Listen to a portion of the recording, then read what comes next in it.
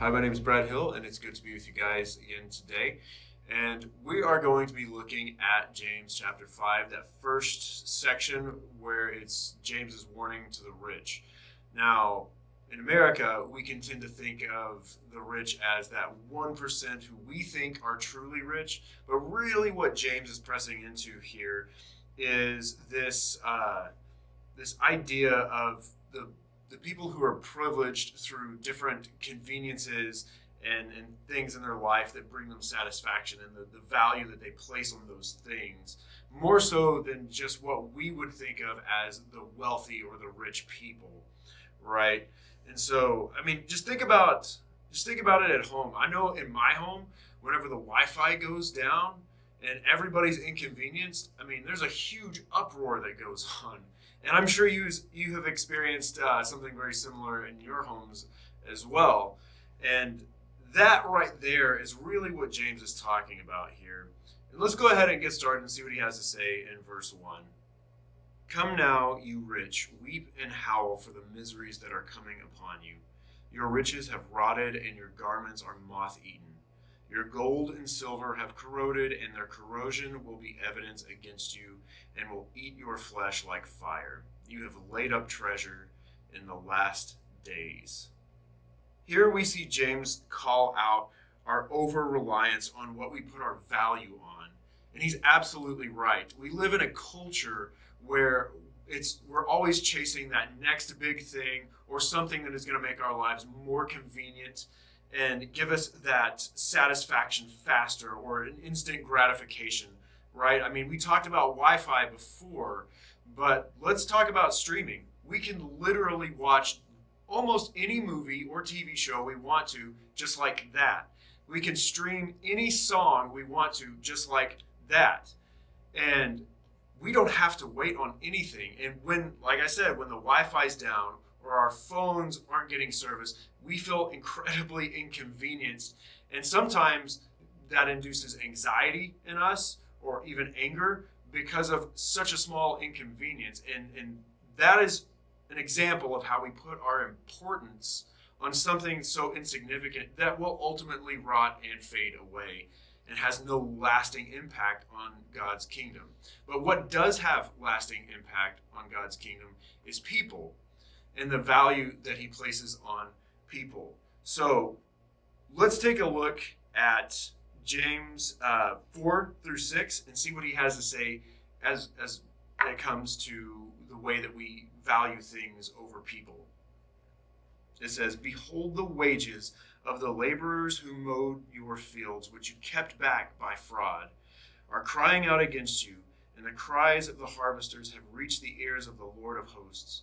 You have lived on the earth in luxury and in self-indulgence. You have fattened your hearts in a day of slaughter."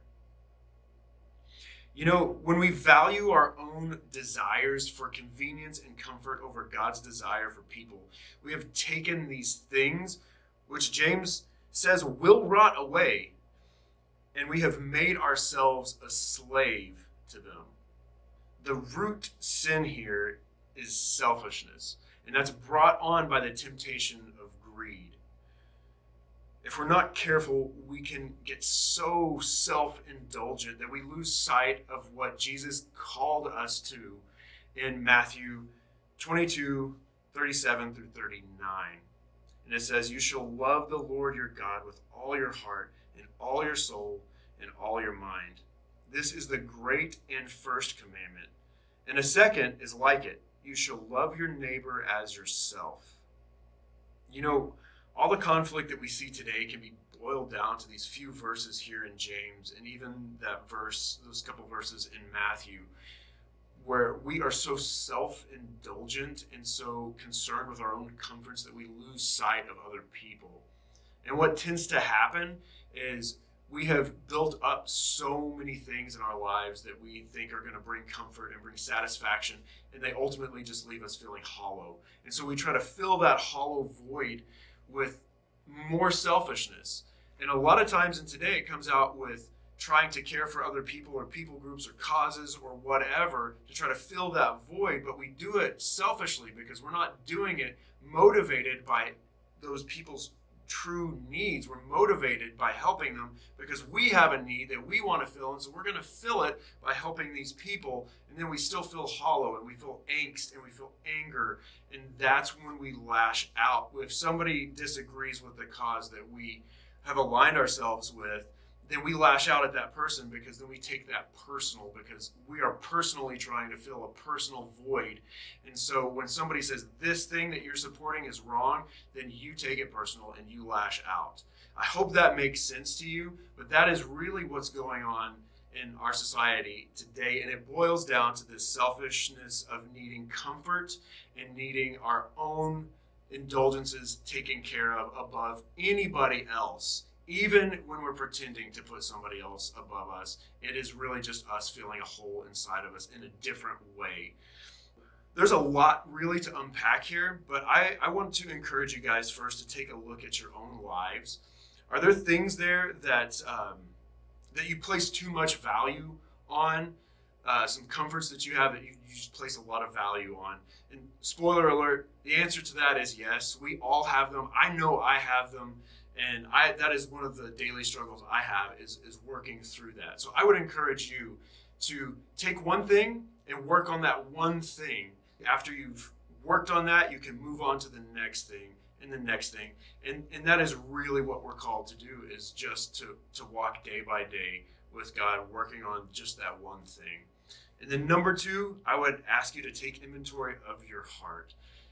What motives do you have when you're serving others or helping others? Do you have selfish motives to fill a void in you? Or are you truly motivated by what God is calling you to do and what He has called you to do in that situation?